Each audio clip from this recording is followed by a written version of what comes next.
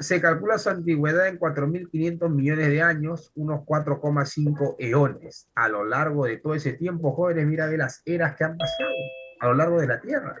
La era precámbrica, paleozoico, mesozoico, cenozoico, ¿no? Yo le pregunto, jóvenes, a ustedes, ¿en cuál de estas eras aparece el hombre? ¿Mm? ¿Dónde apareció el hombre, jóvenes? En el Cenozoico. paleozoico, mesozoico o cenozoico. En el Mesozoico, chicos, si el hombre hubiese aparecido en el Mesozoico, habría convivido con los dinosaurios, ¿no? Y el hombre, pues, no convivió con los dinosaurios, ¿no? El hombre no salía a cazar Es dinosaurios. el El hombre quinto salía más grande. a cazar, pues, El tercero en eh, distancia al sol. los mamuts, ¿no? El Jurassic Park, me dicen, no. Es el Cenozoico es la respuesta. El Cenozoico, ¿sí? Bien, sigamos.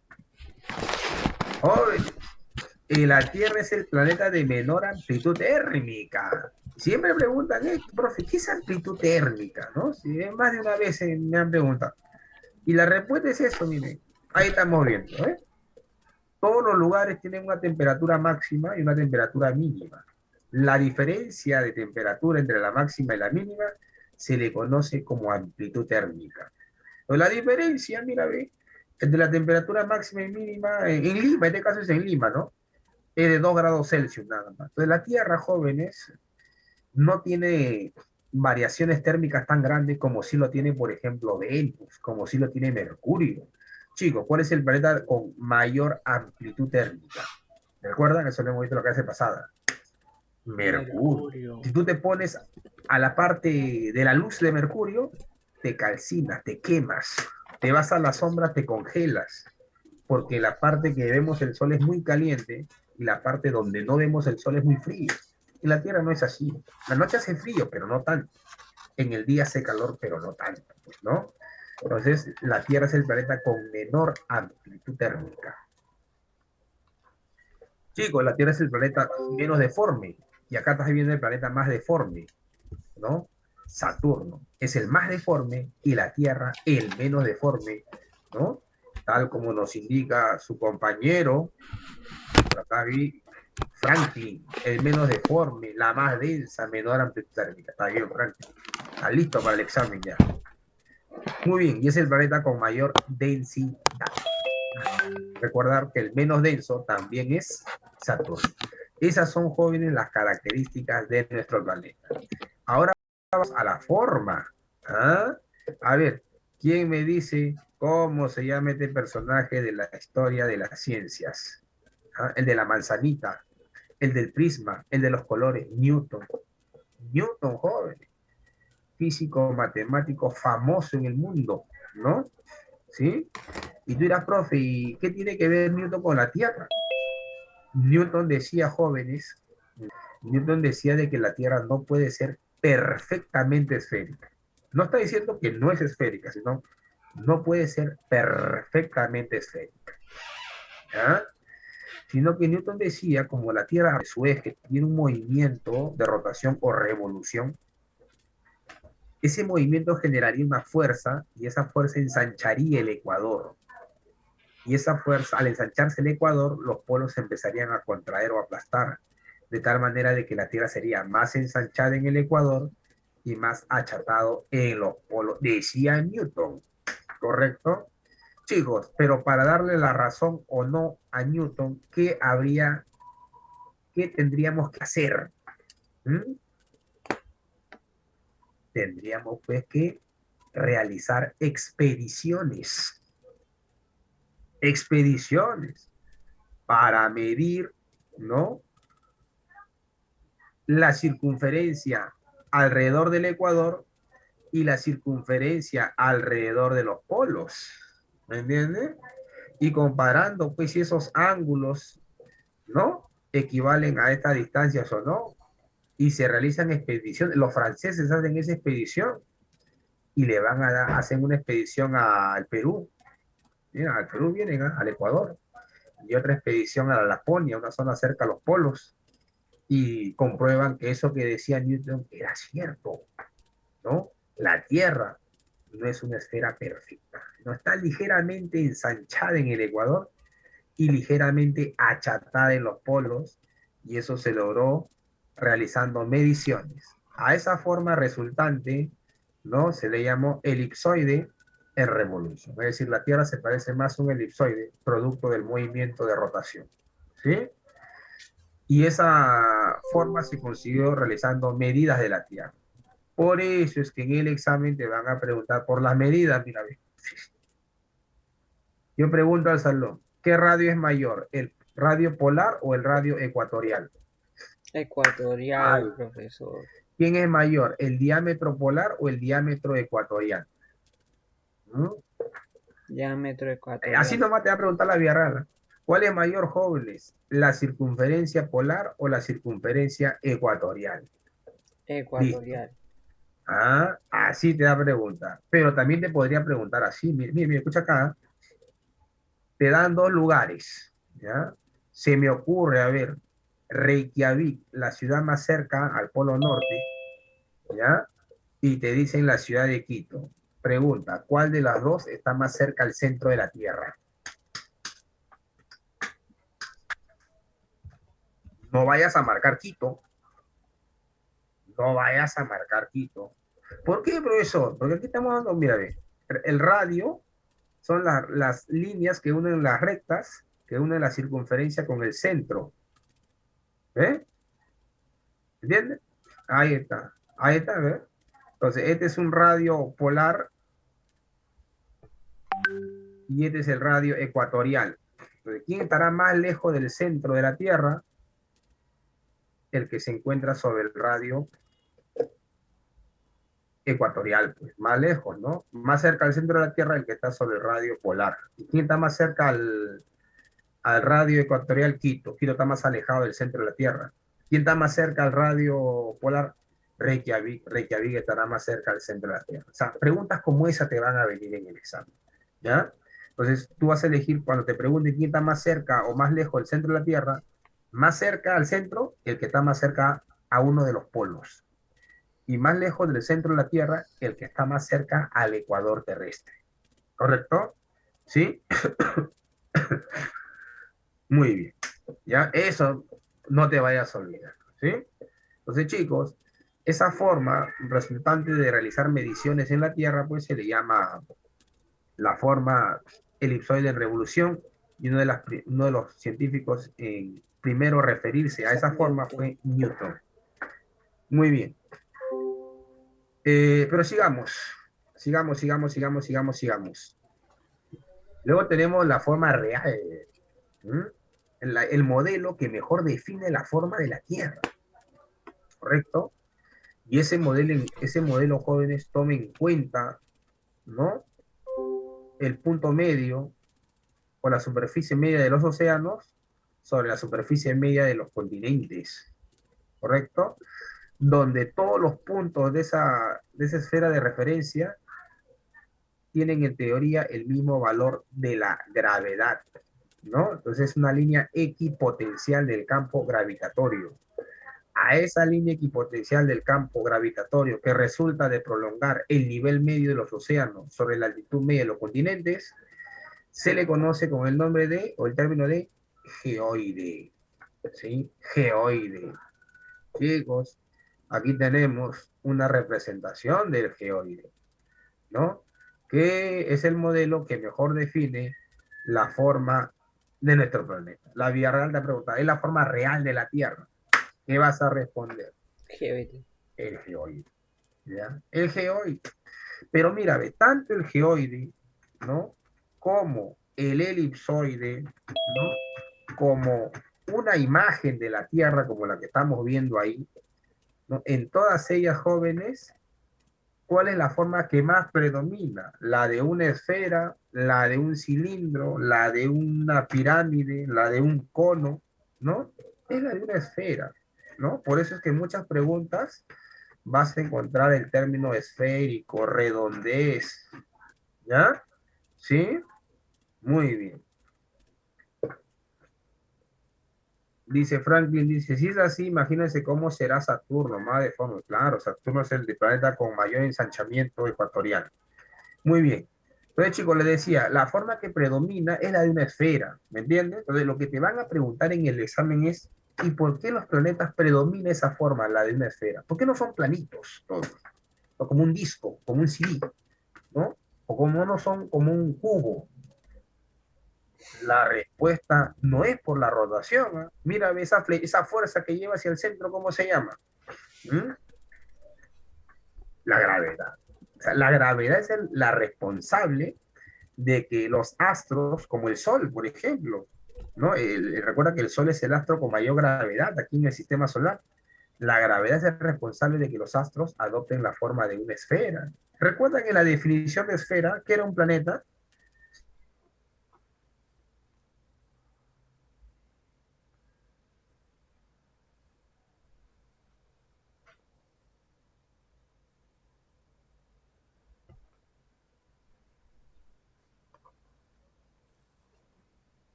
que es la gravedad quien hace de que la Tierra tenga esa forma. Ya, primero la gravedad.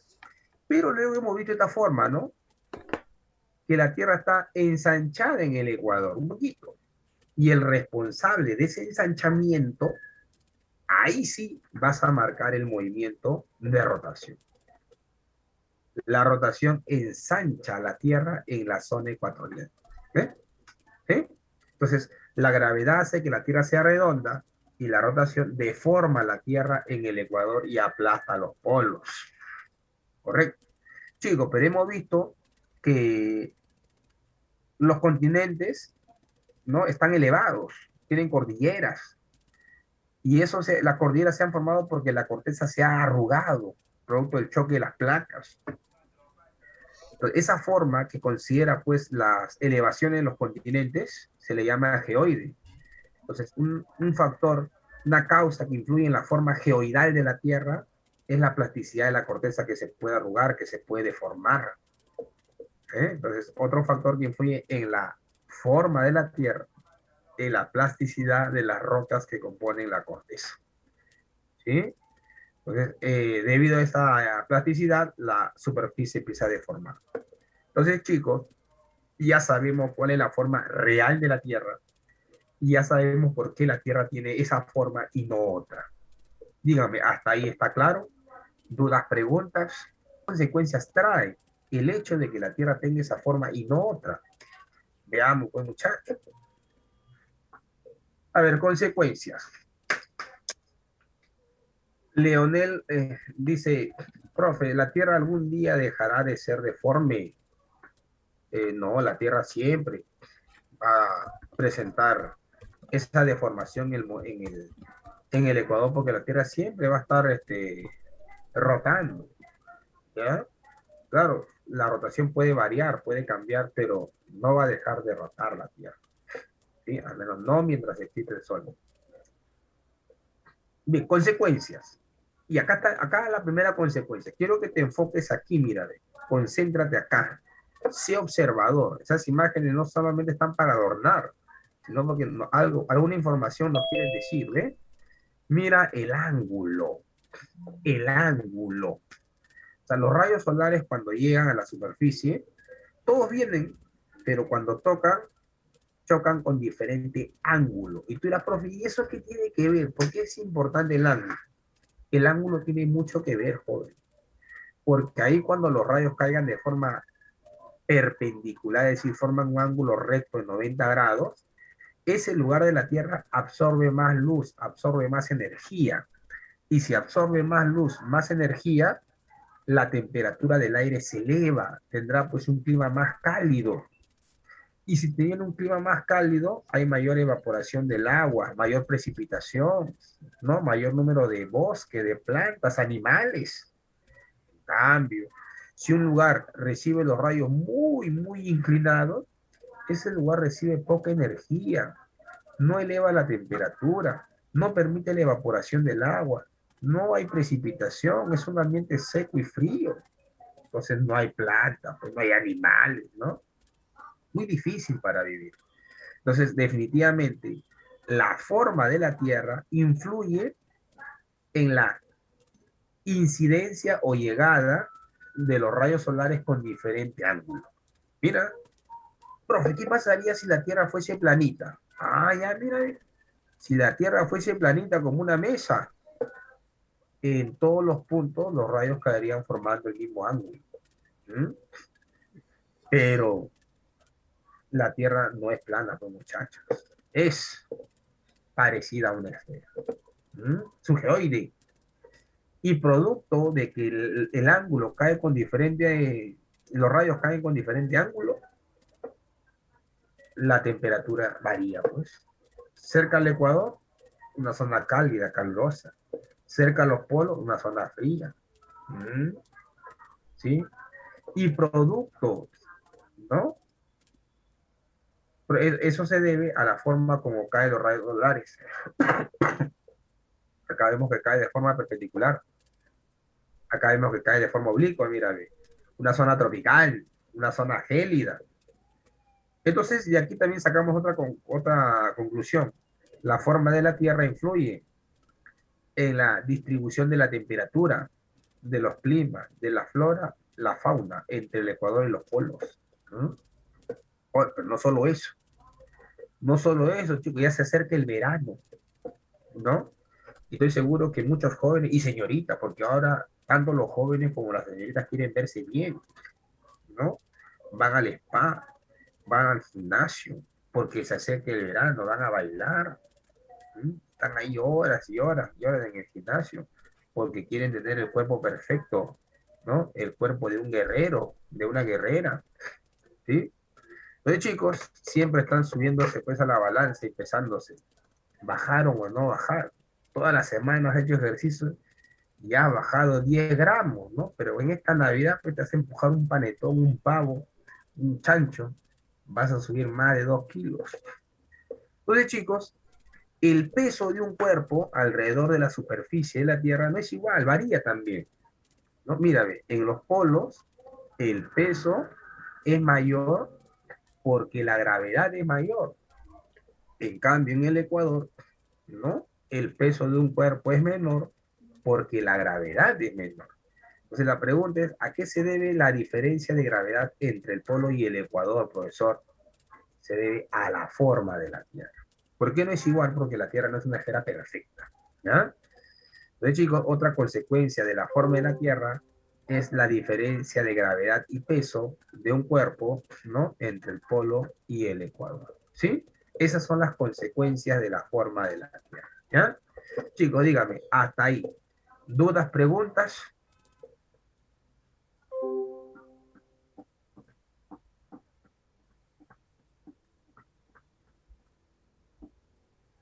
Bien, pues no hay pregunta, yo hago pues la pregunta de rigor, ¿no? Porque recuerda que nos estamos entrenando para dar el examen de la vida real. Y una de las preguntas que vienen en este tema es la siguiente, ¿no? Te dan dos localidades. Por ejemplo, te pueden dar la ciudad de Ottawa, ¿no? Capital de Canadá. Y la ciudad, a veces me ocurre la ciudad de Lima, pues, ¿no? Capital del Perú. Y te preguntan, ¿en cuál de estas ciudades el valor de la gravedad es mayor? ¿Qué vas a responder? ¿Ottawa o Lima?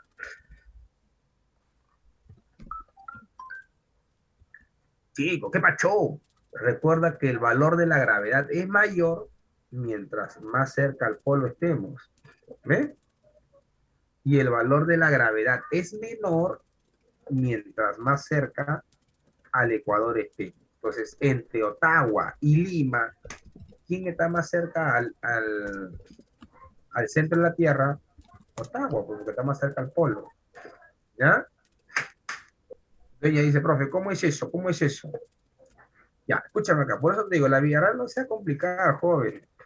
La Villarreal, por eso nos llaman el grupo Villarreal las fijas. Porque el examen de la Villarreal, jóvenes, es bien sencillo. Las preguntas son bien puntuales. ¿Ya? Te van a preguntar en el examen así. ¿Dónde es mayor la gravedad? ¿En Ottawa o en Lima? Entonces, si dice mayor gravedad, buscarás la alternativa más cerca al polo. Porque mientras más cerca al polo estemos, el valor de la gravedad aumenta, ¿no? Si te preguntan, te piden que des el lugar donde es menor la gravedad, buscarás el lugar más próximo al ecuador, porque mientras más cerca al ecuador estemos, el valor de la gravedad disminuye. Bien, entonces, entre Ottawa y Lima, ¿quién está más cerca al polo en este caso? Ottawa. En Ottawa, ¿no? Es mayor la gravedad, en Lima es menor. Así te va a preguntar la vía rápida. Muy bien, sigamos. Eh, Hoy sabemos pues, que la Tierra es una esfera, que es un elipsoide en revolución, es un geoide, pero el hombre no siempre supo, ¿ya? No siempre supo. Eh, a ver, acá dice Liliana, dice, profe, las dimensiones terrestres entran. ¿A qué te refieres con las dimensiones, Liliana? ¿Las medidas de los radios, de los diámetros, de las circunferencias?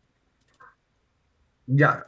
En el examen te van a preguntar así nada más, ¿no? Por ejemplo, te van a preguntar, no te van a preguntar que tú digas, ¿no? A ver, ¿qué radio mide 6.356 kilómetros? No te van a preguntar eso, no te van a decir, te van a dar que tú elijas entre dos radios, el radio polar y el radio ecuatorial, ¿no?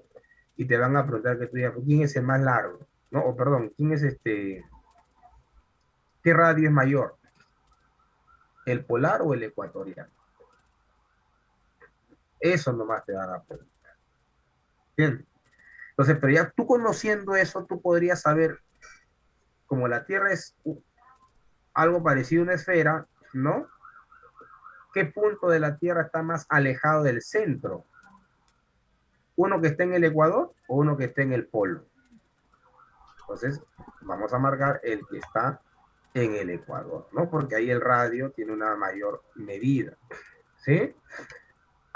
E intentar memorizar cuánto mide el radio, cuánto mide el diámetro, eso no van a preguntar. Ya, en todo caso, si es que preguntan, te van a dar la medida, ¿sí? Ya no preguntan así, así preguntan hace muchísimo tiempo. Ahora no. Ahora, a partir de esas medidas, te van a preguntar que tú tomes una decisión. O sea, la información te la van a dar. Tú tienes, con respecto a ello, tienes que decir, pues, bien, ya le decía a jóvenes que no siempre el hombre supo que la Tierra era esférica, ¿no? Y tampoco no siempre el hombre sabía las medidas de la Tierra. Entonces, vamos, aquí estamos viendo una imagen de un hecho histórico que ocurrió, ¿no? Y el rey de eso es este camello, mira. ¿Cómo un camello puede cambiar la historia de la ciencia, jóvenes? ¿Mm? Ahí está, muy bien, Franklin. Eratóstenes. Profe, ¿quién fue Eratóstenes? Ahí está Eratóstenes, uno de los grandes sabios de la antigüedad, ¿no? ¿Qué cosa hizo Eratóstenes, jóvenes? Eratóstenes lo que hizo fue buscar agua para alimentar a su camellito. Ahí está Eratóstenes buscando agua y encuentra un pozo, ¿no? Se agacha para recoger el agüita del pozo y se encuentra algo sorprendente, joven. Todo el fondo del pozo estaba iluminado con el sol, ¿eh? Con los rayos del sol. El pozo no tenía sombra. Entonces Eratóstenes pensó, dijo, para que el pozo no tenga sombra, es porque los rayos están cayendo de forma perpendicular. En ese lugar, los rayos y el suelo están formando un ángulo de 90 grados para que el pozo no tenga sombra. Entonces lo que hizo Eratóstenes fue prolongó esta línea ahí está, hasta el centro de la Tierra. Ya tenía pues una recta, ¿no? Una recta, una línea. Otro tiempo, ¿no? Otro día, ya después de ese acontecimiento, Eratóstenes se percató de que en la ciudad de Alejandría, ¿no? Una columna proyectaba una sombra cuando era el mediodía, proyectaba la sombra. Entonces, si proyectaba sombra, significa que los rayos solares caían con cierto ángulo de inclinación, ¿eh? Cierto ángulo de inclinación, ¿correcto? Los rayos solares caían con cierto ángulo de inclinación. Por eso es que el obelisco siempre tenía pues una sombra, Pues ahí no caía de forma perpendicular, había cierto ángulo de inclinación. Entonces, Eratóstenes se propuso medir ese ángulo, joven. Lo midió, es muy observador, entonces midió, ¿no? Y le dio pues un valor de 7,2 grados. Ahí está, Eratóstenes, ese angulito. Y luego Eratóstenes razonó, pues dijo, si yo tengo dos rectas, o sea, los rayos solares son dos rectas paralelas, porque los rayos solares son paralelos entre sí, que son cortados por una recta ahí secante, se va a formar una relación de ángulos, ¿no? Internos, ¿correcto? Entonces, Eratóstenes decía, si este ángulo mide 7,2 grados, este angulito también mide 7,2 graditos. Entonces, lo siguiente que hizo Eratóstenes, jóvenes, fue calcular la distancia que separa entre la ciudad de Alejandría, ¿no? Y la ciudad de Asuán o Siena, como hoy se le conoce, en Egipto, ¿correcto? Y eso en los kilómetros actuales, ¿no? Era una distancia equivalente a 770 kilómetros. Entonces, mírame, Eratóstenes tenía un ángulo y tenía una distancia entre esos dos puntos de la superficie. Entonces, Eratóstenes razonó y dijo, si 7,2 grados equivale a una distancia de 770 kilómetros, ¿no? La pregunta es, ¿cuánto valdrá los 360 grados que tiene la circunferencia terrestre? Él agarró, ¿no? Hizo su cálculo matemático, ¿no? Y le salió la respuesta, jóvenes. A ver, dígame, chicos, ¿alguien puede calcular esto de acá? ¿Cuánto es 360 entre 770? Ahí está. 38.500. 38.500 kilómetros. La pregunta es, ¿estuvo muy cerca o muy lejos del valor real? Porque hoy hemos hablado de las circunferencias, ¿ah? ¿Se acuerdan? Ahí está, ya se olvidaron. Pero no se preocupe, vamos a recordar, chicos. Acá está, acá está. Mira, aquí están las circunferencias. Ahí está, mira. ¿Cuánto vale la circunferencia en la actualidad? Mira, los valores de las circunferencias. Ahí está. 40.076 el ecuatorial, 40.009 el polar. Eratóstenes lo calculó en 38.500. O sea, estuvo bastante cerca, ¿no? Para la época en la que lo hizo, con las limitaciones tecnológicas, ¿no? Propias de la época, ¿sí? Pues estuvo bastante cerca. Por supuesto, pues nadie le creyó a Eratóstenes en su época, ¿no? Porque recuerden que en ese tiempo Eratóstenes no se conocía América, no se conocía la Antártida, ¿no? Oceanía, no se conocía, se pensaba que la Tierra era más pequeña, se pensaba, pero Eratóstenes lo calculó, pues, ¿sí? Entonces, chicos, por ello, Eratóstenes es considerado el padre de la geodesia, ¿no? ¿Qué hace la geodesia? La geodesia es la ciencia que realiza grandes medidas a la Tierra, la ciencia que establece las medidas y las dimensiones de la Tierra. ¿Quién es el padre de la geodesia? Eratóstenes. Pero chicos, Eratóstenes va a medir la circunferencia, ¿no? O sea, es decir, él va a medir la circunferencia porque él sabe que la Tierra es redonda. Eratóstenes, estamos hablando del siglo II antes de Cristo. Él sabe que la Tierra es redonda, ¿no? Pero hubo alguien anterior a Eratóstenes que fue el primero en decir que la Tierra es redonda, ¿no? Y hubo otro que fue el primero en demostrar que es redonda. Muy bien, ahí aparece la figura de Aristóteles. Chicos, ahí tenemos la figura de Aristóteles. Él fue el primero en demostrar que es redonda. No en medir es Eratóstenes, pero el primero en demostrar. Imagínense, chicos, ¿cómo podríamos demostrar que la Tierra es redonda? ¿Cómo podríamos demostrar que es redonda? Entonces, él utilizó pues el método eh, inductivo. ¿Han escuchado ese método, joven? El método inductivo. ¿En qué consiste ese método? El método inductivo. El método inductivo consiste, chicos, ahí está Estefano, muy bien, a través de observaciones de fenómenos particulares, establecer una regla general. ¿Eh? Entonces Eratóstenes decía así, mira, ve, oye, si tú miras el Sol es un astro y es redondo. ¿Ah? Si tú miras la luna llena, la luna es un astro y es redondo, ¿correcto? Si nosotros pudiéramos ver la Tierra, seguramente la veríamos como el Sol y como la Luna, porque la Tierra también es un astro y debería tener esa forma. ¿Entiendes? Entonces está buscando establecer una relación eh, general, ¿no? Pero no fue lo único que utilizó Aristóteles, chicos. Aristóteles es uno de los grandes de la antigüedad, por eso es que es muy estudiado en muchas ciencias. Por ejemplo, Aristóteles decía lo siguiente, ¿no?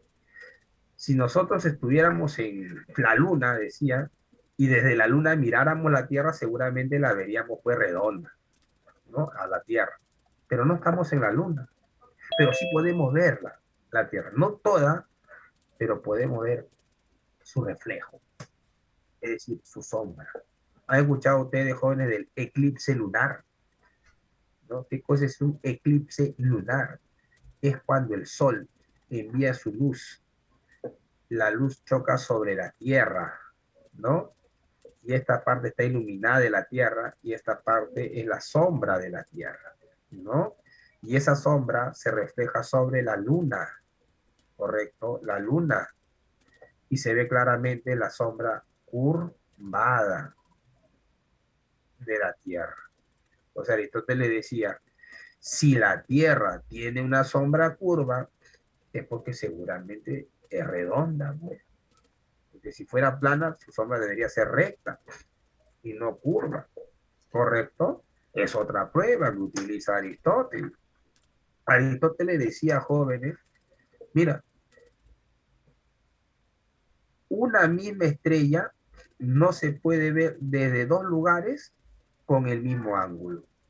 Imagínate, acá estamos en el polo y acá estamos en el ecuador. El que está en el polo verá la luz de la estrella con un ángulo de 90 grados, pero el que está en el ecuador verá la luz de la estrella con un ángulo de 0 grados.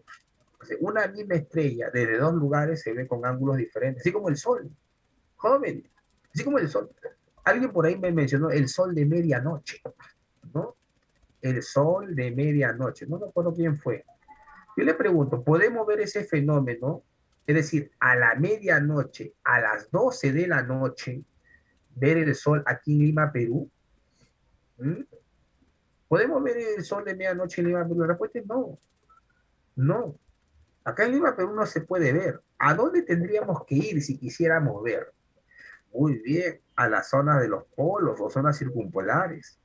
Entonces, ahí sí podríamos ver. Pero cuando veamos el sol, en ese lugar, jóvenes, no vamos a ver el sol como estamos acostumbrados aquí en Lima, Perú. Acá es el suelo, nos paramos en el suelo y el sol vemos que hace esto, ¿no? Sale por el horizonte en el este, llega al cenit, ¿no? Y luego se oculta por el horizonte. Así lo vemos en el Perú, pero así no lo vamos a ver en las zonas alrededor de los polos. En el Perú los rayos pueden llegar de forma perpendicular, ¿entiendes? Pero en los polos jamás vamos a ver el sol así, en el cenit, al mediodía. En los polos siempre vamos a ver el sol cerca o próximo al horizonte. ¿Por qué? Por la forma de la Tierra. ¿Ya? Entonces, chicos, ahí estamos viendo que Aristóteles fue el primero a través de múltiples pruebas de demostrar que la Tierra es pues redonda, pero el primero en medirla fue Eratóstenes. Pero el primero en decir que la Tierra es redonda no fue ni Aristóteles ni Eratóstenes, fue Pitágoras. Pitágoras, ¿no? Fue el primero en afirmar de que la Tierra es esférica, ¿sí? Pues esos tres personajes griegos de la antigüedad ¿no? Los griegos fueron los primeros en referirse a la forma de la Tierra como una esfera. Bien, ahora vamos a hablar de otra característica de la Tierra como es la rotación. La rotación, ahí estamos viendo una animación de la rotación, vemos que la Tierra gira en torno a su eje. Te van a preguntar en la vía real, ¿en qué dirección gira? Ahí está, claro, clarito. De oeste a este, ¿sí? De oeste a este, ¿ya? Chicos, y debido a esa característica, a ver, ¿quién ve primero la luz del sol? Ahí está el sol, imaginemos que entonces el sol. Acá el sol. ¿Quién ve primero el sol? ¿África o América? ¿Ah? África, es el primero. Entonces, los lugares que están más al este, África está más al este en comparación a América, son los primeros en amanecer. Mira, de África le llega primero la luz y después le llega la luz a América. Ahora concentrémonos en América. ¿A quién le llega primero la luz? A la costa Sierra Selva. ¿Mm? Selva. La selva. La selva es el departamento, la región que amanece primero. Hay tres departamentos que tienen selva baja, ¿no? Loreto, Cayal y Madre de Dios. De esos tres jóvenes, ¿quién amanece primero? Que van a apuntar la vida real. Por el movimiento de rotación. Madre de Dios. ¿Ah? Entonces esas características se deben al movimiento de rotación. ¿Sí? Otra característica, ¿ya? La rotación se da en sentido antihorario y el tiempo exacto es de 23 horas 56 minutos con 4 segundos. ¿Correcto? A ese día se le llama día sideral. ¿Ya? Ya, chicos, pero acá 23 a 24. hay que tener, eso lo explicamos después, no vamos a confundir. Ya, sigamos. La velocidad es de 28 kilómetros por minuto, ¿ya? ¿Sí? En la zona 24 más 4, ecuatorial. 28. Recuerda que en el polo la velocidad es nula, es cero. ¿Sí? Consecuencia del movimiento de rotación. A ver, primera consecuencia, jóvenes, la sucesión de días y de noches. Esa es la primera consecuencia, que no te puedes olvidar. ¿Ya? Dirás, profe, que eso me va a venir en el examen. Si eso me lo han enseñado desde que no estaba en el nido. Lo que pasa es que esa es la consecuencia, pues muchachos.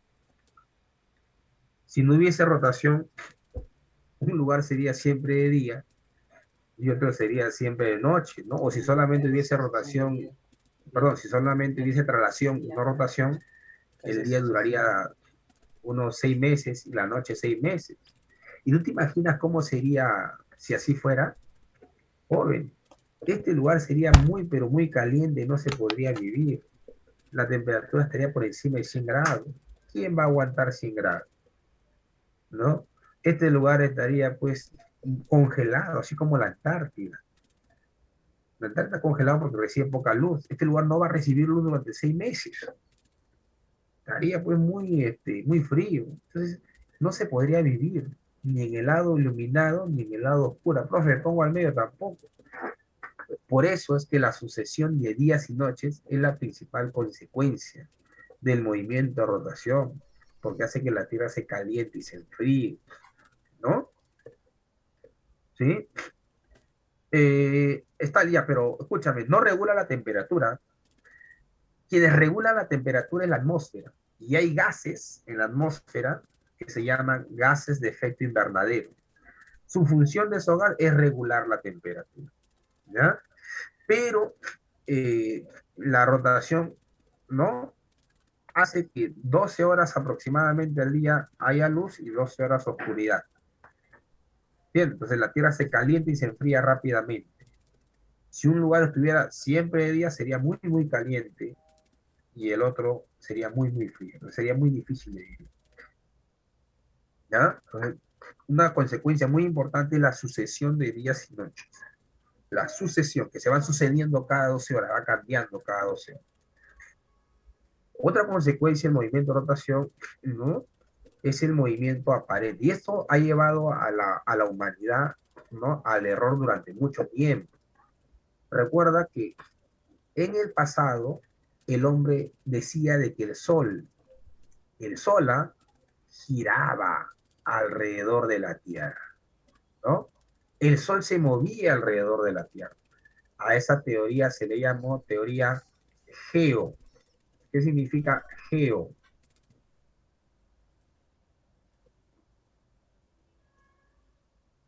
Geocéntrica. ¿Ya? Geocéntrica.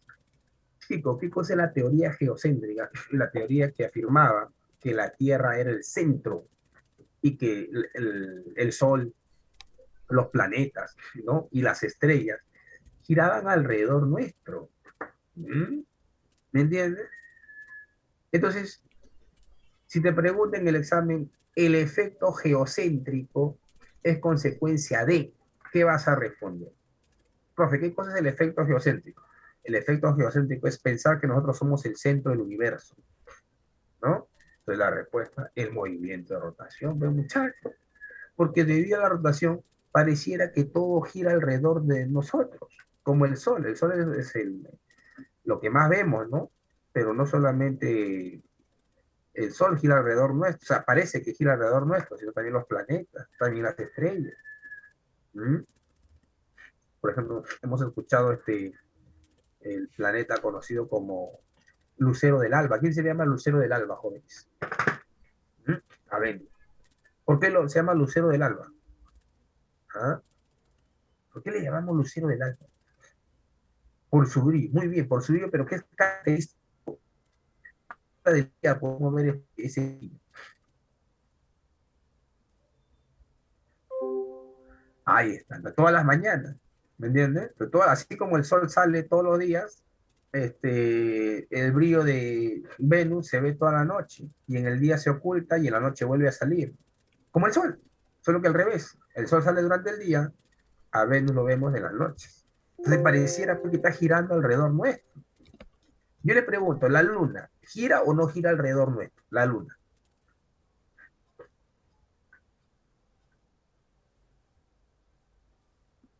La luna sí gira alrededor de la Tierra, claro. La luna es un satélite de la Tierra. Entonces, la luna acompaña a la Tierra, gira alrededor de la Tierra. Pero joven, la luna no da una vuelta alrededor de la Tierra todos los días. Pero por la rotación pareciera que la luna sí da la vuelta todos los días. ¿Entiendes?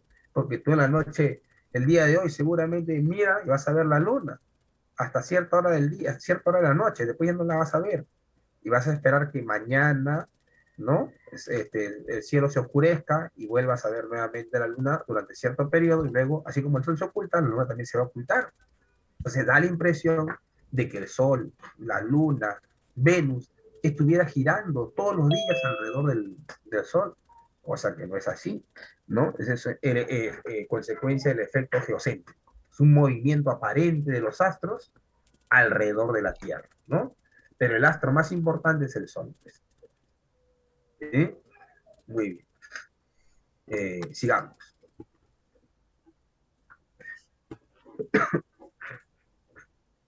Chicos, pero ese movimiento aparente del Sol le ha permitido al hombre orientarse, ¿no? Como el Sol siempre sale por el mismo lugar, la salida del Sol marca el punto cardinal llamado este, u oriente, o levante, porque el Sol se eleva. ¿Eh? El lugar por donde ocurre la puesta del Sol marca el oeste o poniente, porque por ahí se da la puesta del Sol. Y conociendo el este y el oeste, podemos saber el norte y el sur. La rotación permite la orientación, permite el establecimiento de los puntos cardinales. Otra consecuencia de la rotación es la activación del campo magnético, jóvenes. ¿No? La activación de nuestro campo magnético se da por el movimiento de rotación. Y una consecuencia de la activación de ese campo magnético, jóvenes, es que alrededor de los polos, la energía, mira, de que no ingresa a la Tierra, porque el escudo nos protege, pero esa energía viaja por las líneas del campo magnético y ya se ingresa a la Tierra por los polos. Por eso es que en los polos vemos dos fenómenos característicos de los polos, ¿no? Vemos fenómenos luminosos eléctricos en los polos. ¿Cómo le llamamos esos fenómenos? Le llamamos auroras, ¿no? Auroras. El campo magnético se forma por la, eh, el movimiento de rotación. Natalia dice, profe, ¿qué cosa es el campo magnético? ¿Ya? A ver, Natalia, cuando la Tierra va rotando, ¿ya? Cuando la Tierra va rotando, se va formando aquí, ¿sí? Unas líneas electromagnéticas que viajan desde el núcleo de la Tierra, del núcleo, ¿no? Viajan ahí del núcleo de la Tierra, se van formando las líneas electromagnéticas y estas líneas envuelven a nuestro planeta. Es algo invisible, es algo que no podemos ver, es algo que está en el aire, es algo que está en la atmósfera, ¿sí? Es un fenómeno eléctrico magnético. Entonces, ahí está, ¿sí? Ese escudo invisible, ¿no? Tú dirás, profe, ¿de qué nos protege, no? O ¿qué hace? Lo que hace es evitar, o sea, evita que una forma de energía ingrese a la Tierra. No vas a pensar que es un meteorito, no que es una roca, no.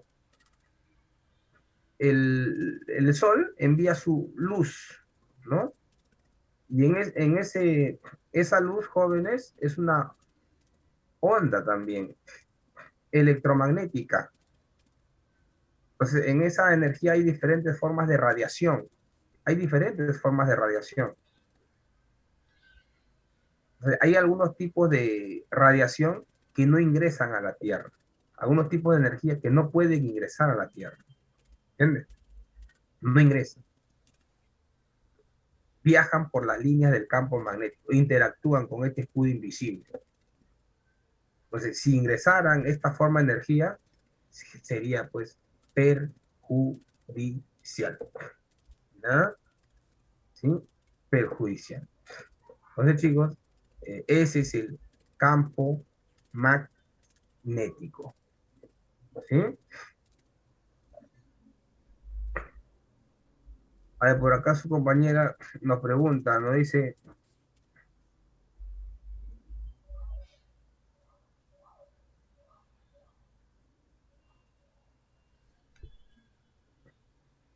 de este y de oeste. Muy bien. Sigamos, joven. Y aquí vemos otra animación. Eh, a ver, aquí vemos que la Tierra se está moviendo, correcto, la rotación. Y aquí vemos tres líneas. La línea gris es un meridiano. Un meridiano es una línea que recorre de un polo a otro polo, ¿no? Y está orientado a los meridianos de norte a sur. Luego vemos una línea azul. La línea azul es un objeto que se desplaza, que se está desplazando de norte a sur. Entonces, por lo tanto, si se desplaza de norte a sur, debería dirigirse, recorrer a lo largo de este meridiano. ¿Me entiendes? Debería recorrer a lo largo de este meridiano porque se está desplazando de norte a sur. Pero por efecto de la rotación, vemos que a medida que va viajando de norte a sur, se va desviando, que es la línea roja. ¿Ya? Entonces, a esa fuerza inercial que desvía un objeto que se desplaza del norte al Ecuador, del sur al Ecuador, o del Ecuador hacia el norte, ¿no? O del Ecuador hacia el sur, a esa fuerza inercial se le llama efecto de Coriolis. ¿Correcto? Ese es el efecto de Coriolis. La fuerza inercial que desvía la trayectoria de un objeto que se desplaza del norte hacia el Ecuador o del sur hacia el Ecuador. Es el efecto de Coriolis. Entonces, sus consecuencias, ¿dónde lo vemos? Lo vemos, por ejemplo, en los vientos, en las corrientes marinas, ¿no? Por ejemplo, hay unos vientos que soplan hacia el Ecuador, pero tienen esta forma. Se le llaman vientos alisios, ¿no? Los vientos contralisios tienen esta forma. ¿Por qué tienen esa forma? Debido al efecto de Coriolis, consecuencia del movimiento de rotación, ¿no? La corriente peruana, por ejemplo, viene y se desvía así por efecto del movimiento de rotación, es decir, por la fuerza de Coriolis.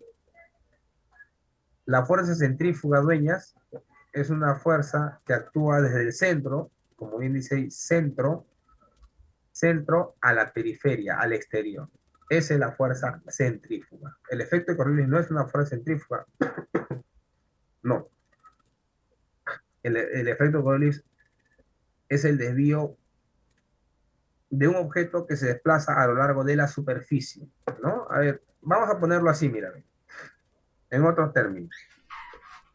Imaginemos, jóvenes, eh, imaginemos que tenemos un objetivo, ya un objetivo, ahí está, un objetivo en el Ecuador, ¿sí? Un objetivo en el Ecuador, ¿ya?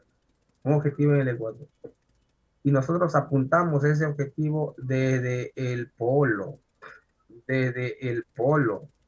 ¿entiendes? ¿Sí? Desde el polo. Entonces, chicos, cuando nosotros disparemos, ¿no? Disparamos, la bala va a seguir pues un movimiento recto, derechito, ¿no? Pero en ese tiempo que esta bala, este objeto, se fue desplazando, este cuerpo, este objeto se va a mover con la Tierra porque ambos, de la persona que está parada disparando y el objetivo que está anclado a la Tierra, se está moviendo conjuntamente con el movimiento de rotación. Entonces, efecto de Coriolis. Ese es el efecto de Coriolis, ¿no? El desvío.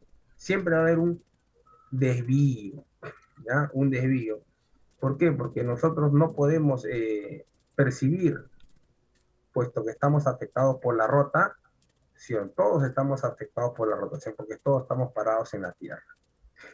¿Sí? Entonces, las corrientes recorren los océanos que están en la Tierra, ¿no? Los vientos por la atmósfera que están en la Tierra sufren los efectos del movimiento de rotación, que se le conoce como efecto de Coriolis. Chicos, de que la Tierra está ensanchada en el Ecuador, ¿no? Y achatada en los polos como consecuencia del movimiento de rotación, ¿sí? Otra consecuencia del movimiento de rotación es la diferencia horaria, ¿entiendes? ¿No? Imagínate, si el Sol en este momento está aquí, en ese lugar son las 12, ¿no? Del mediodía, ¿entiendes? Pero aquí todavía no son las 12 porque el Sol todavía no llega a este punto. Llegará al cabo de una hora. Aquí hace una hora que ya celebraron el mediodía ya, el Sol ya estuvo acá. Entonces, cuando aquí está el Sol, aquí estuvo hace una hora, ¿no? Aquí ya son la 1 de la tarde, es la 1 de la tarde, acá es las 12 del mediodía, aquí serán las 11 de la mañana. Entonces el Sol se desplaza aparentemente alrededor de la Tierra y como se va desplazando aparentemente alrededor de la Tierra, no todos los lugares pueden ver al mismo tiempo el Sol. Entonces no en todos los lugares será el mediodía. Hay diferencia horaria como consecuencia del movimiento de rotación. ¿Sí? Pregunta al salón, ¿cuánto tiempo tarda el Sol para que de forma aparente dé una vuelta alrededor de la Tierra?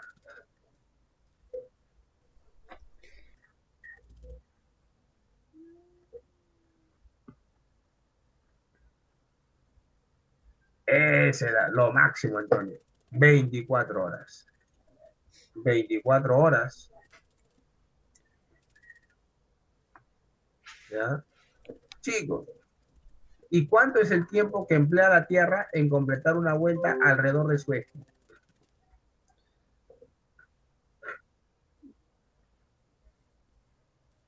Muy bien, ahí está Caicho. 23 horas 56 minutos No, no. con 4 segundos. Entonces, escúchame acá. Tenemos dos tiempos diferentes, mira. Uno es el tiempo exacto de la rotación y otro es el tiempo exacto que tarda la Tierra, el Sol, aparentemente en completar una vuelta alrededor de la Tierra. ¿Sí? Entonces, ambos periodos dan origen a conceptos diferentes. A la rotación exacta se le llama día sideral.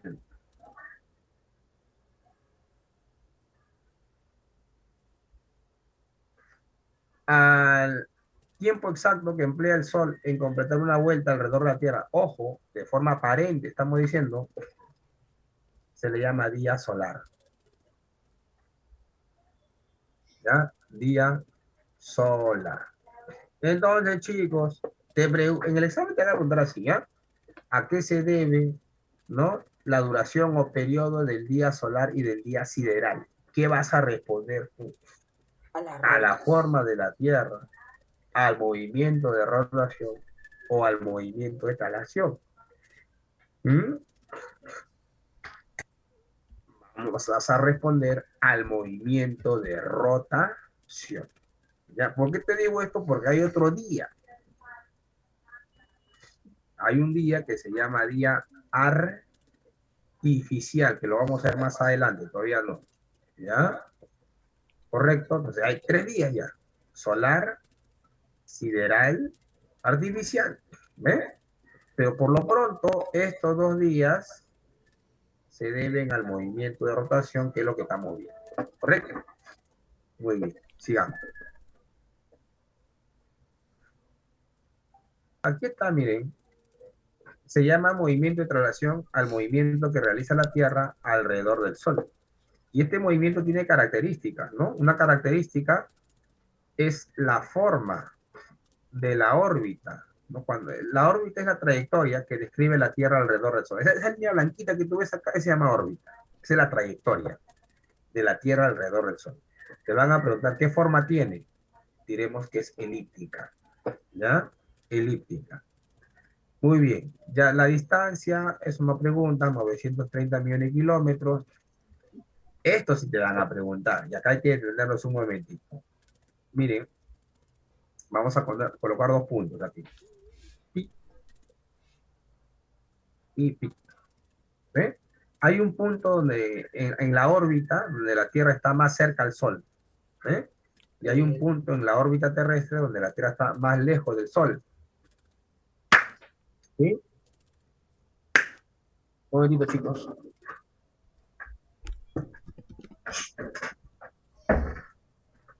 Ya. Ahí entré una paloma a comerse la comida del perro. Ya la botamos. Muy bien. Listo. Entonces, a esto se llama perihelio y esto se le llama afelio. ¿Correcto? ¿Me entiendes? Entonces, hay una distancia mínima y una distancia máxima. El promedio o la distancia promedio que existe entre la Tierra y el Sol, a esa distancia promedio se le llama unidad astronómica. ¿Ya? Tenemos la unidad astronómica. Entonces, ¿qué cosa es la unidad astronómica? Es una unidad de longitud, una unidad de medida, así como existe el metro, ¿no? Así como existe el metro para realizar medidas aquí en la Tierra, el kilómetro, ¿no? En el sistema solar se utiliza como unidad de medida la unidad astronómica. ¿Y esa unidad de dónde resulta? Resulta de la distancia promedio entre la Tierra y el Sol, ¿no? Chicos, ¿y alguien me puede decir cómo así el hombre se inventó el metro? Porque el metro es una unidad de medida, ¿no? Pero, ¿cómo así se le ocurrió que esa medida tiene que ser, pues, una medida referencial? Entonces, tiene que ver, pues, la forma de la Tierra, ¿no? La forma de la Tierra. A ver, busquen, chicos, ustedes, la definición del metro, ¿ya? Pero la definición antigua, no la actual, porque hoy también hay una definición actual del metro. Los conceptos van cambiando a través de los años. A ver, vamos a ver, ¿quién encuentra una definición del metro? Vamos, chicos. ¿Ya? Chicos, solamente coloca en Google, ¿no? Definición antigua. Y ese es lo que ha colocado su compañera o compañero Antonio, ¿ya? Acá está. Antonio ha colocado la definición más antigua del metro. Ahí está, definición de 1791. 1700 siglo XVIII. Sí, siglo XVIII, chicos. Ya. Dice, es la medida como la 10 millonésima parte de la distancia que separa el polo de la línea del Ecuador.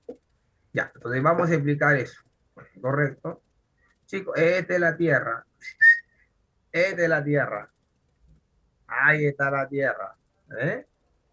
A ver, vamos a ver si han estado atentos o no. ¿Quién me dice cuánto es la medida aproximada de esta circunferencia? Así, aproximada, aproximada. De una circunferencia terrestre. Ya vimos la medida que nos dio Eratóstenes, ¿no? La medida de Eratóstenes 38.500, ¿no? Ya está. Y la medida en la actualidad, ¿alrededor de qué número oscila? 40, ahí está. Entonces, 40.000 kilómetros. 40.000 kilómetros, aproximadamente, ¿no? Entonces, esto es el polo, jóvenes, ¿ya? Esto es el polo y esto es el Ecuador, ¿me entiendes? O sea, que si todo mide, mira, a ver, si todo mide 40.000 kilómetros, lo dividimos en cuatro partes, ¿eh? Entonces, esta parte, ¿cuánto debería medir aproximadamente, joven? Esta partecita de acá, 10.000 kilómetros, ¿sí o no? Estamos hablando de aproximación, ¿correcto? Ya está, 10.000 kilómetros. ¿Qué dice la definición de 1791? Que el Ecuador, ¿ya? El Ecuador es la 10 millonésima parte, ¿no? Ha colocado su compañero, ¿quién fue?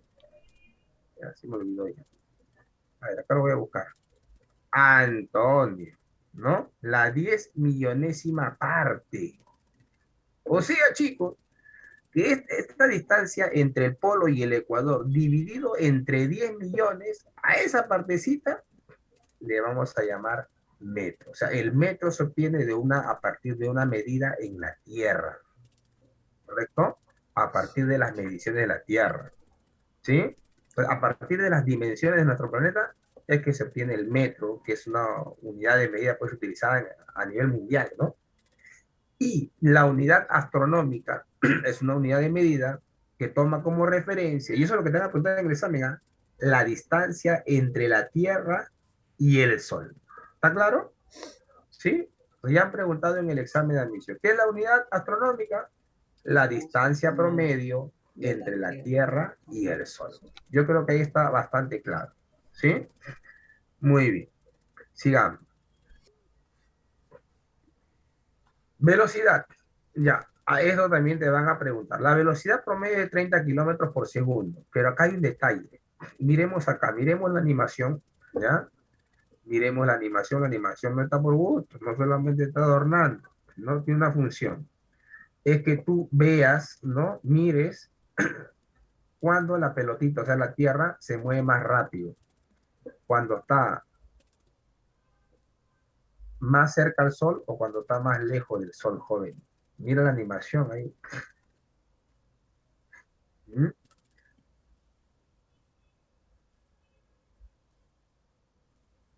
Pues la pelotita, chicos, se mueve más rápido cuando está más cerca, ¿sí?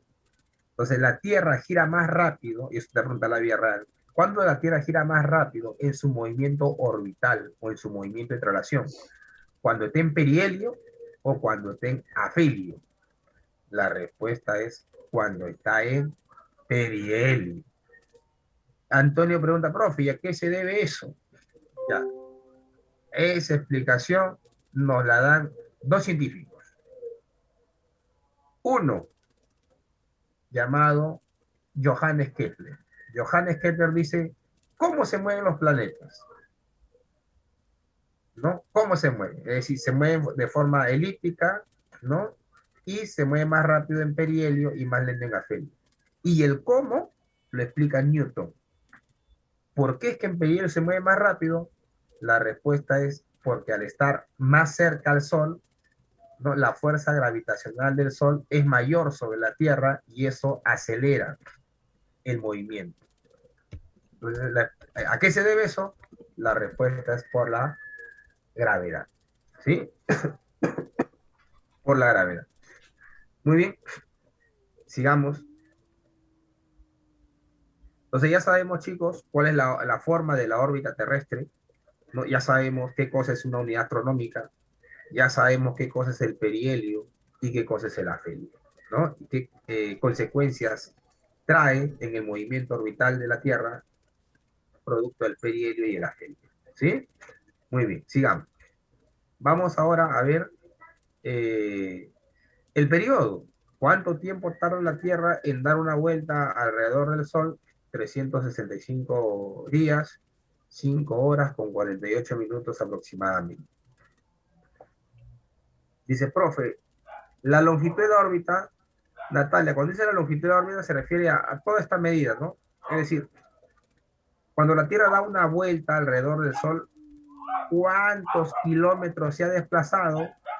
Se ha desplazado 930 millones de kilómetros. ¿Qué es la trayectoria? ¿No? La trayectoria es la órbita, Antonio. Esta es la trayectoria, mira.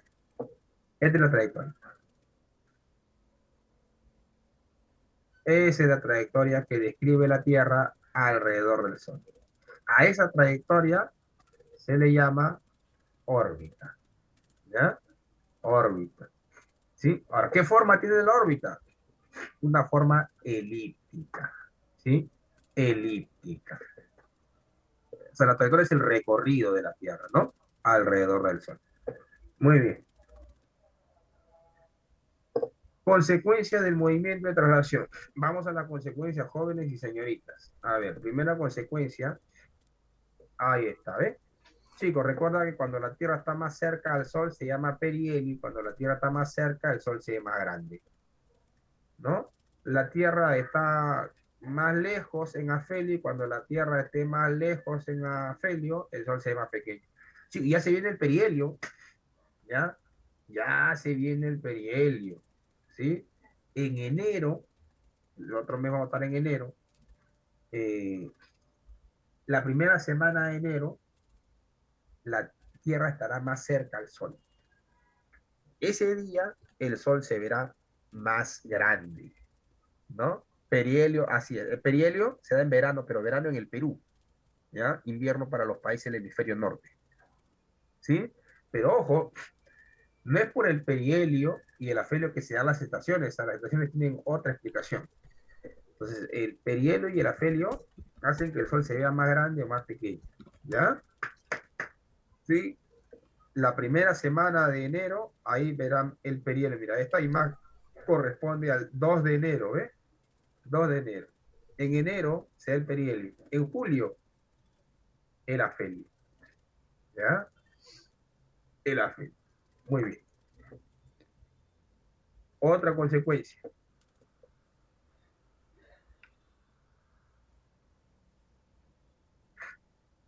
Otra consecuencia, chicos, es la existencia de zonas eh, térmicas. Mira, el Sol, el Sol, jóvenes, en su movimiento de la Tierra, en su Estas. movimiento de traslación, gira, ¿no? Alrededor del Sol. Pero nosotros no nos podemos dar cuenta de ese movimiento. O sea, acuérdate, el hombre siempre pensó que la Tierra era el centro y que el Sol giraba a su alrededor. ¿Ya? ¿Sí? Ya después se va a explicar la teoría heliocéntrica. Pero chicos, el Sol a lo largo del año hace esto, mira, el Sol hace esto el Sol.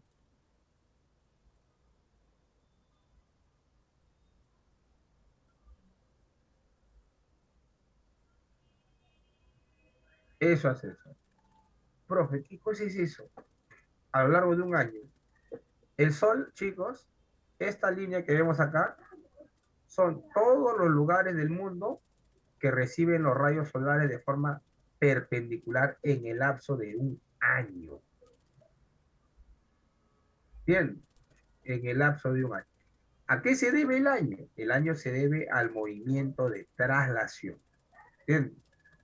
Y producto de ese movimiento, los rayos solares cayeron de forma perpendicular aquí, aquí, aquí, aquí, aquí, aquí. A lo largo de toda esta zona, los rayos caen de forma perpendicular.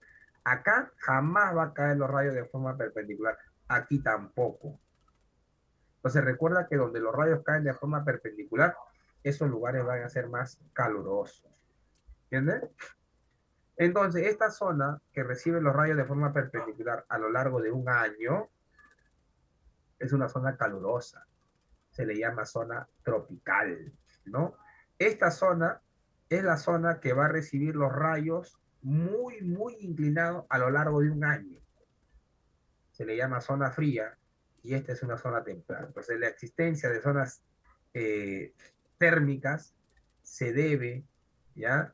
Se debe a el movimiento de traslación. Dice, Antonio dice, profe, donde vivo casi todo el año hace calor. ¿Dónde vives, Antonio? ¿Estás aquí en Lima, Perú o estás desde otra ciudad del Perú? Antonio dice, en Ate, en Huaycán, en Chosica. Ah, ya, ya está más cerca la Yunga, ya pues, ¿no? Entonces la Yunga es, hay solcito la mayor parte del año. Por eso es que cuando aquí en Lima están haciendo un frío terrible, las escuelas, los colegios van un día de esparcimiento a los clubes ahí en Chosica, porque hace más solcito. ¿Mm? Muy bien, tiene otro clima. Dice, más adelante pondré mis paneles solares. Ah, está bien, ah, claro. Muchos lugares, chicos, ya están empezando a utilizar ese tipo de tecnología, que ahora es cada vez más accesible, ¿no? Antes era muy costoso, ¿no? Pero hoy como ya se produce más, ¿no? También los precios han bajado y es más accesible, pues. Sí, muy bien, muy bien. Ahí se puede aprovechar ese tipo de energía. Algunas viviendas jóvenes, por ejemplo, yo tengo un hermano que vive en Nazca, ¿no? Nazca es Yunga, y él en su casa pues también tiene sistema de paneles, ahí se llaman paneles térmicos, ¿no? Porque esos paneles generan calor, y con ese calor dispone pues para tener pues el agua caliente, ¿no? Como el agua de ahí baja, pues las quebradas salen un poco fritas, muy frías. Entonces a veces las personas no quieren bañarse en agua fría, entonces atemperan un poquito. Porque ya hace calor, pero el agua pues es de ahí.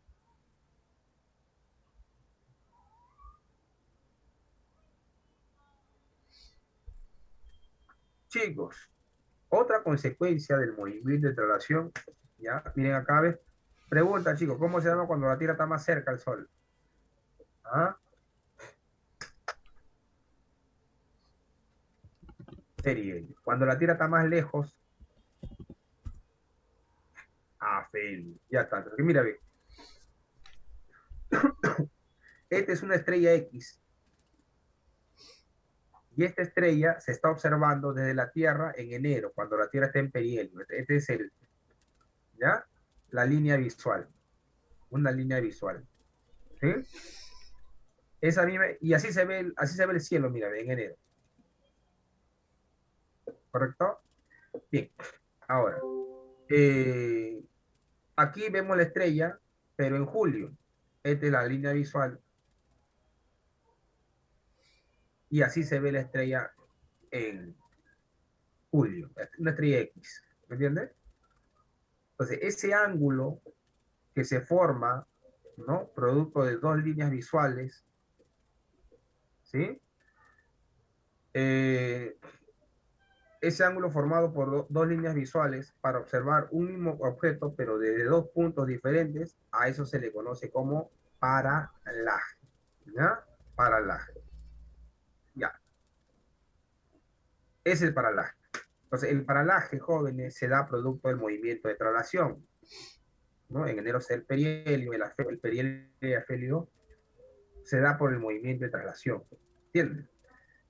Ya, pero ¿qué nos podrían preguntar del paralaje? Nos van a preguntar esto, miren.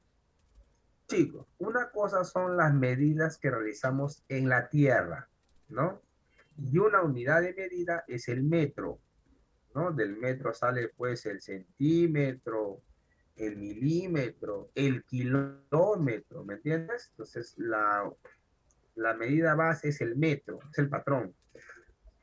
Pero para establecer distancias en el sistema Sol, planeta con respecto al Sol, ya no se suele decir en metros, sino se suele decir en qué cosa quiere decir UA, unidad astronómica, ¿no? Entonces ahí el espacio es el sistema solar. Las medidas que se establecen dentro del sistema solar, ¿no? Sistema solar astronómico. Chicos, pero fuera del sistema solar, ¿no? Está pues la Vía Láctea, que es nuestra galaxia, ¿eh? Y en esa galaxia hay numerosas estrellas. Y esas estrellas nos envían la luz. Y esa luz tarda un tiempo en llegar a la Tierra, ¿no? Entonces, producto del tiempo que tarda en llegar la luz hacia nuestro planeta, surge otra unidad de medida en el universo llamado año, año luz.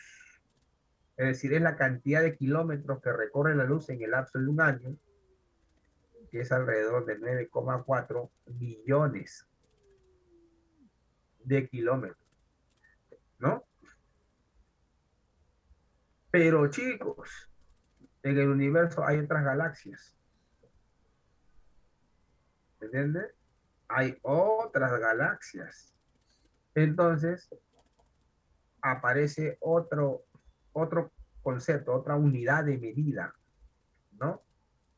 Entonces, a esa unidad de medida se le llama parsec, parsec, ¿correcto? Parsec, ¿no? ¿Y qué cosa es el parsec?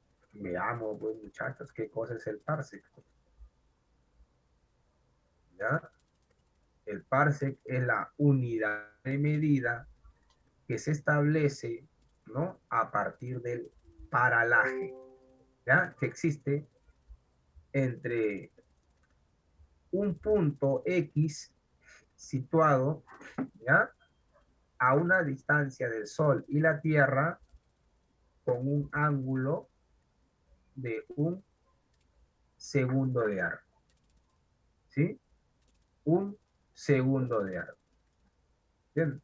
O sea, a partir del paralaje se establece una unidad de medida que equivale a 3,2 años luz y a esa unidad de medida se le llama parse. Entonces, mira, unidades de medida que se utiliza en el universo, ¿no?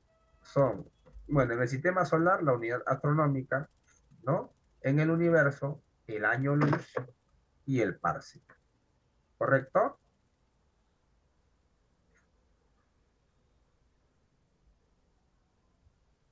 A ver, dice, profe, una pregunta, un segundo de grado no se refiere al segundo, al segundo horario, al segundo horario. A ver, te explico, Natalia, mire, en una circunferencia hay 360 grados, ¿ya? ¿Correcto? 360 grados, ¿ya? Cada grado, cada gradito tiene 60 minutos de grado. Y cada minuto de grado tiene 60 segundos de grado. A eso se refiere cuando dicen un eh, segundo de grado, ¿ya? Al ángulo, ¿sí? Entonces, cuando decimos grado, Los ángulos se miden en grados. ¿Ya? Entonces, chicos, la observación de un objeto, ¿no? Tomando como referencia al Sol, la Tierra, con una distancia de 1 segundo de grado, a eso se le llama parsec. Y el parsec se establece a partir del paralaje, y el paralaje es consecuencia del movimiento de traslación. ¿Correcto? Entonces, en otras palabras, te preguntan, chicos, por el paralaje, ¿tú con qué vas a relacionar? ¿Con la forma de la Tierra, la rotación o la traslación?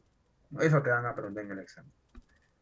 La pregunta dice paralaje, ¿y tú con qué lo vas a relacionar? ¿Con la rotación, traslación o la forma de la Tierra? La respuesta, el movimiento de traslación. ¿Sí?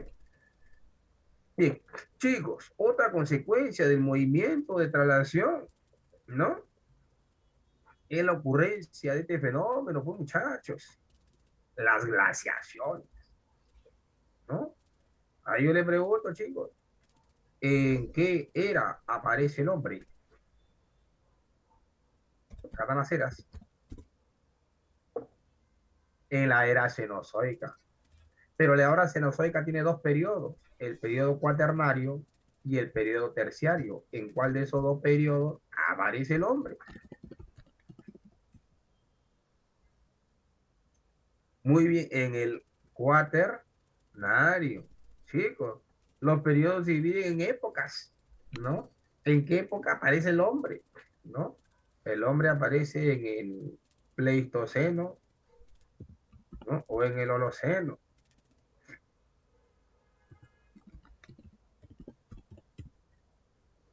El hombre aparece en el Pleistoceno. ¿Y cómo era el Pleistoceno, profesor? Así era el Pleistoceno, miren.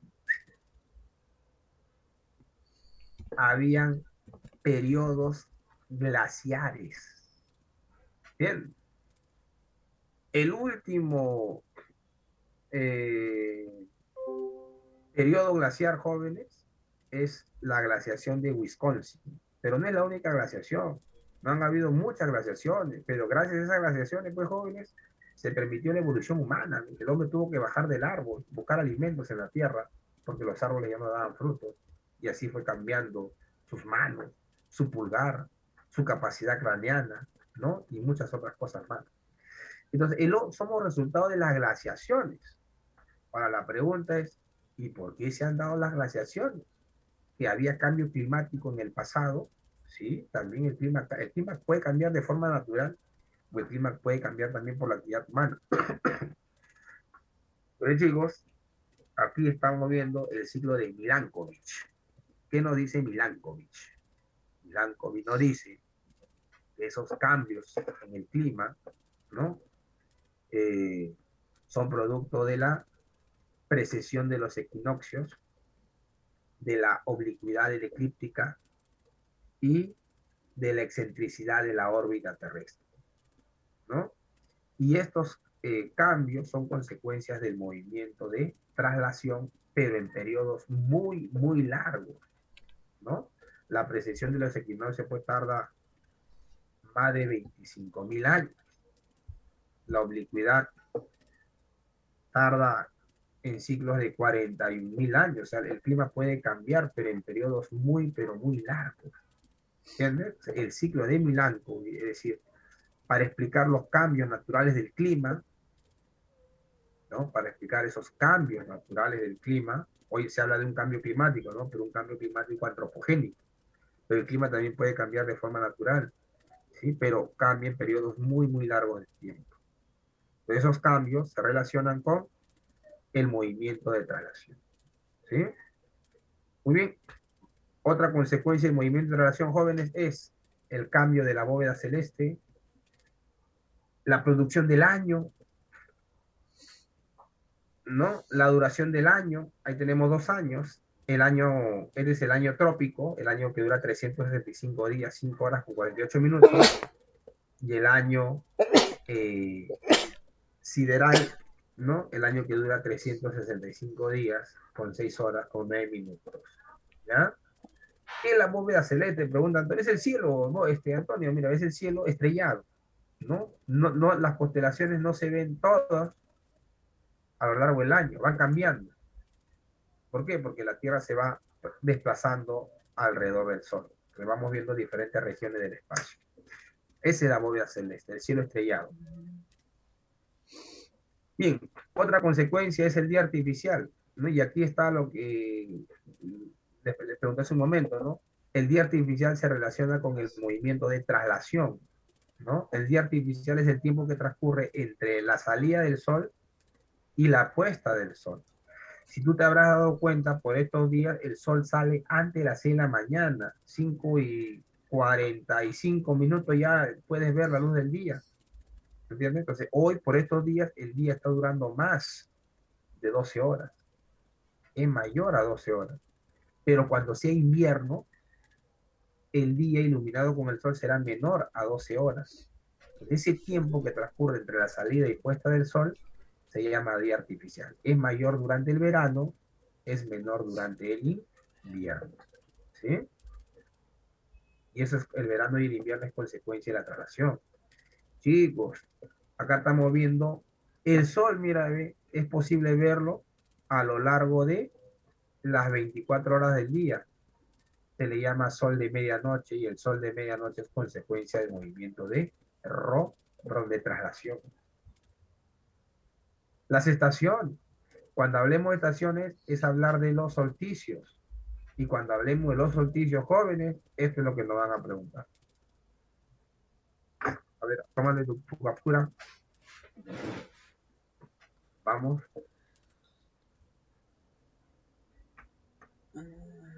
Entonces las estaciones de traslado. Ahí está.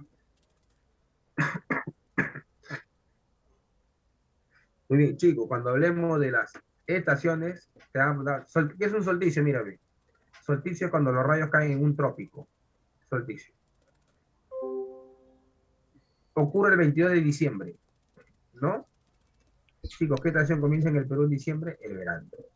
Los solsticios marcan el inicio del verano y también del invierno. Invierno, verano es en el sur, invierno en el norte. Es diciembre. Pero en junio es invierno en el Perú y verano en el norte. Entonces, los solsticios marcan el inicio de las estaciones de verano e invierno. Se relacionan con los trópicos. Los equinoccios, cuando los rayos caen en el Ecuador, en marzo comienza el otoño en el Perú y en septiembre comienza la primavera en el Perú. O sea que en marzo y septiembre los rayos caen de forma perpendicular en el Ecuador. ¿Sí? Y chicos, vamos a los rayos solares de forma perpendicular el 21 de junio. ¿Sí? A ver, ¿qué me dicen? ¿El trópico de Cáncer o el trópico de Capricornio el 21 de junio? La respuesta es el trópico de Cáncer. Entonces, la pregunta es, ¿qué país está por el trópico de Cáncer? Eso lo hemos visto la semana pasada, ¿no? Cáncer es al norte. Y en el norte, en América, pasa por México. Marcaremos la C. Chico, la duración del día artificial es el tiempo que tarda el sol en salir y ocultarse, ¿no? ¿Y dónde es mayor? Es mayor durante el verano. ¿Y qué estación se refiere al verano? Puede ser la A, ¿no? Y puede ser la E. ¿Correcto? Vamos a marcar la A. ¿Por qué la A y no la E, profe? Porque no hay equinoccio de verano, solo hay solsticio de verano. ¿Ya? La respuesta es la A. 16. Es la estación de mayor duración en el Perú, chicos. La estación que tiene más días de duración es el invierno. El invierno dura más en el Perú, el verano dura menos. Ojo, en el Perú, ¿eh? En el Perú. ¿Ya? 94 días dura el invierno, 89 días dura el verano. 17. A lo largo del año, los rayos solares inciden de forma perpendicular en un plano imaginario. ¿Cómo se llama ese plano que recorre del trópico de Cáncer al trópico de Capricornio? Jóvenes, ese es el plano de la eclíptica. ¿Sí? 18. La mayor distancia de la Tierra respecto al Sol. Distancia de la Tierra al Sol mayor, ¿no? Afelio. La beta, bien, muy bien, Estefano. 19. El espacio de tiempo entre dos equinoccios. ¡Oh! Del 23 de septiembre, que es un equinoccio, al 23 de septiembre, que es otro equinoccio, ha transcurrido un año, ¿no? A ese año se le llama año trópico. La respuesta es la A. Durante el verano septentrional, el día artificial es más largo. Chicos, verano. El día es más largo. Septentrional significa norte. Es más largo en el norte. La pregunta es, ¿cuál de estos lugares está más al norte? Noruega, Montevideo, México, Budapest o Kingston. La respuesta es Noruega. Recuerda que por Noruega pasa el círculo polar ártico. ¿Ya? Y eso lo hemos repasado la semana pasada. Bien, chicos,